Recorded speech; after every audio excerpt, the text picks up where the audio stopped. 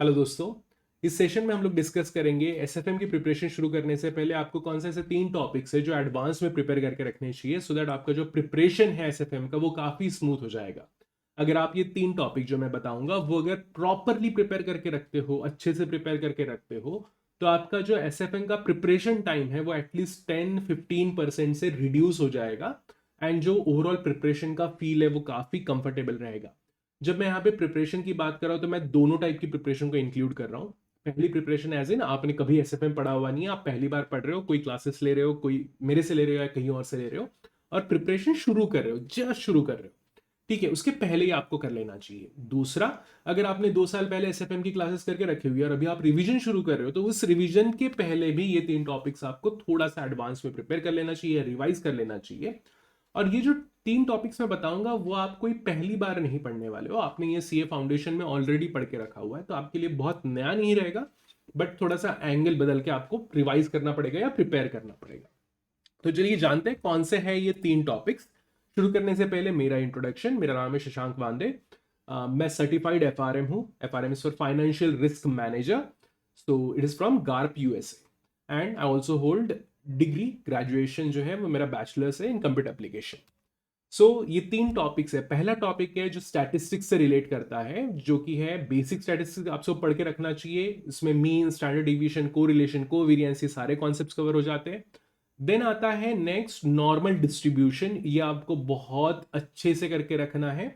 And then regression का basics आपको prepare करके रखना है, एडवांस में जाने की जरूरत नहीं है रिग्रेशन में, जस्ट ओवरव्यू लेके उसको छोड़ दो। कहां कहां पे ये काम में आता है? So basic statistics mean standard division, covariance, correlation जो आएगा, ये पोर्टफोलियो मैनेजमेंट बहुत ही इंपॉर्टेंट टॉपिक है सीएफएन एसएफएम का।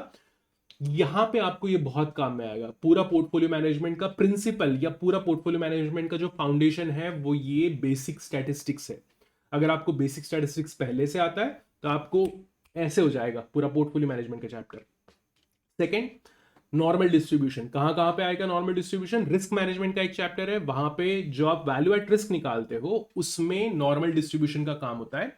आप जो जेड वैल्यू यूज कर रहे हो वो जेड वैल्यू जो आती है वो नॉर्मल डिस्ट्रीब्यूशन से आती है। ठीक है, तो अगर आपको नॉर्मल डिस्ट्रीब्यूशन की अंडरस्टैंडिंग है तो बहुत बढ़िया रहेगा।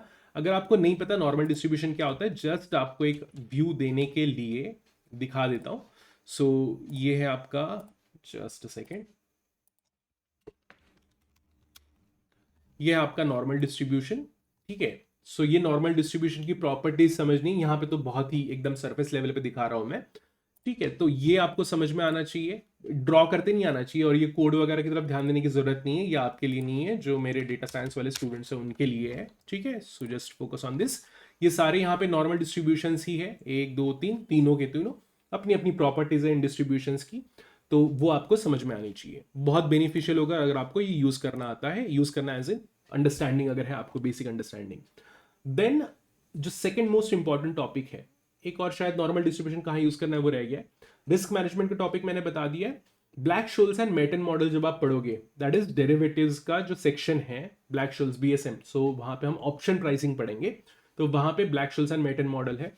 वहां पे आपको एनडी1 निकालना है। एनडी1 जो होती है वो इटसेल्फ जेड वैल्यू होती है, सो नॉर्मल डिस्ट्रीब्यूशन से वो वैल्यू आती है। तो होगा क्या है, कोई भी टीचर के लिए ना ये बहुत हेडेक हो जाता है कि वो चलती हुई क्लास में आपको बेसिक्स प्रिपेयर करवाए। ठीक है, तो वो बहुत ज्यादा उसके ऊपर टाइम नहीं दे पाएंगे। 15 मिनट दे दिया, हार्डली 10 मिनट दे दिया, उसमें समझा देंगे ना, आपको ढंग से समझ में आएगा अगर आप उस तरीके से करते हो तो। और वो जो रहता है ना, फीलिंग जो रहती है वो फीलिंग बहुत गड़बड़ा जाती है ओवरऑल प्रिपरेशन की। अगर इसका एक थोड़ा सा एग्जाम्पल देना हो, एनालॉजी देना हो, तो मैं कैसे दूंगा। मान लो आपको 200 किलोमीटर ट्रैवल करके से पुणे से मुंबई जाना है, एग्जैक्टली डिस्टेंस मुझे पता नहीं है कितना है वहाँ का, पुणे से मुंबई जाना है, और आपके पास में बहुत शानदार कार है।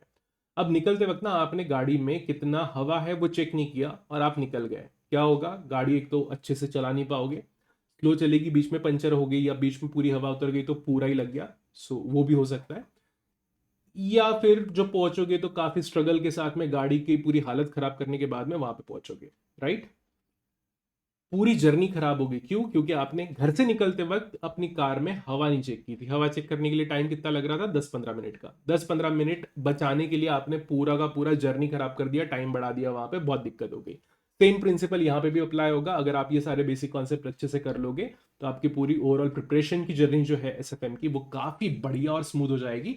कंपेयर टू अगर आप ऐसा नहीं करते हो तो वही है, कम हवा के साथ में 200 किलोमीटर ट्रैवल करने का अटेम्प्ट करने वाले हो आप, अगर आप ये सब टॉपिक नहीं प्रिपेयर करते हो। सेकंड टॉपिक जो है वो आता है regression basics. Second topic as in the regression basics का ओवरव्यू लेना है। रिग्रेशन बेसिक्स काम कहाँ पे आएगा, तो कैपिटल एसेट प्राइसिंग मॉडल पढ़ोगे आप, CAPM मॉडल, वो अगेन पोर्टफोलियो थियरी में ही आएगा।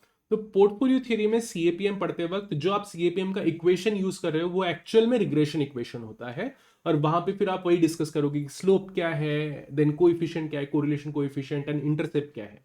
तो ये सब जो चीजें है ना, ये रिग्रेशन में आती है। आप हमारे SFM के करिकुलम में इस तरीके से इसको डिस्कस नहीं किया जाता, तो आपको ये इंश्योर करना है कि आप इसको एडवांस में प्रिपेयर कर लो। सो ये हो गया पहला स्टैटिस्टिक्स का section. Second is time value of money. Time value of money जो होता है ना, वो पूरा का पूरा बैकबोन होता है आपकी प्रिपरेशन का, किसी भी फाइनेंस की प्रिपरेशन का, ठीक है। तो SFM भी फाइनेंस की प्रिपरेशन है, right. So time value of money आपको बहुत ही शानदार तरीके से, मतलब ऐसे उंगलियों पे होना चाहिए। अगर आपके ये उंगलियों पे है तो आपको तो कई क्वेश्चन ऐसे हो जाएंगे ना, आप क्वेश्चन देखोगे आपको आंसर ही समझ में आ जाएगा कि करना क्या है। अब वो कॉन्सेप्ट कुछ भी हो, अल्टीमेटली अगर टाइम वैल्यू ऑफ मनी का कॉन्सेप्ट लग रहा है तो टाइम वैल्यू वीक होने की वजह से बहुत सारे स्टूडेंट सफर कर जाते हैं पूरे के पूरे SFM की प्रिपरेशन में। मैं ऐसे कई स्टूडेंट्स को जानता हूं जिनका थिंकिंग अच्छा है बट उनको टाइम वैल्यू ऑफ मनी का कॉन्सेप्ट बराबर से आता नहीं है, तो वो सफर करते हैं कंटिन्यूअसली इस पर्टिकुलर सेक्शन में। एंड थर्ड जो है रेशियो एंड प्रोपोर्शन वाला जो सेक्शन है, बहुत मैंडेटरी नहीं है, मर्जर एंड एक्विजिशन में आपको काम में आएगा। तो क्या होता है, आप ऑलरेडी PCC में IPCC में यही पढ़ के आ रहे हो, तो थोड़ा थोड़ा दिमाग में तो फ्रेश रहता ही है, और इतना कोई कॉम्प्लिकेटेड डिस्कशन है भी नहीं। तो रेशियो एंड प्रोपोर्शन मैंडेटरी नहीं है, अगर कर सकते हो तो कर लो, नहीं करते हो तो भी मैनेज हो जाएगा। बट पहले दो जो पॉइंट्स है वो तो बहुत इंपॉर्टेंट है, स्टैटिस्टिक्स वाला और टाइम वैल्यू ऑफ मनी वाला। अब दूसरी दिक्कत, ठीक है बता दो दिया मैंने, करना है, करे कहां से। तो मैं इसी चैनल पे कोर्स अपलोड करूंगा, उस कोर्स का नाम है SFM प्रीक्वल कोर्स। तो SFM पढ़ने के पहले जो कुछ भी आपको करना है, प्रीक्वल मूवी में देखा होगा, प्रीक्वल मूवी, तो वैसे ही वो मूवी के पहले वाला पार्ट, तो SFM में प्रीक्वल पार्ट करेंगे हम लोग, एक कोर्स करेंगे, ये फ्री कोर्स है, किसी को कोई पैसे देने की जरूरत नहीं है। सो इस प्रीक्वल कोर्स में हम लोग ये सारी जो चीजें हैं, नॉर्मल डिस्ट्रीब्यूशन डिस्कस करेंगे, बेसिक स्टैटिस्टिक्स, मीन क्या होता है, स्टैंडर्ड डिविएशन क्या होता है, सारी चीजों को डिस्कस करते हुए जाएंगे हम, पूरा डिटेल में मीनिंग के साथ में चीजों को समझेंगे, और शॉर्ट डिस्कशन रखेंगे। बहुत ज्यादा बड़ा डिस्कशन नहीं है कि आपको 2 घंटा 4 घंटा 4 घंटा 5 6 घंटा बैठना है, 2 घंटे में काम हो जाएगा आपका, राइट।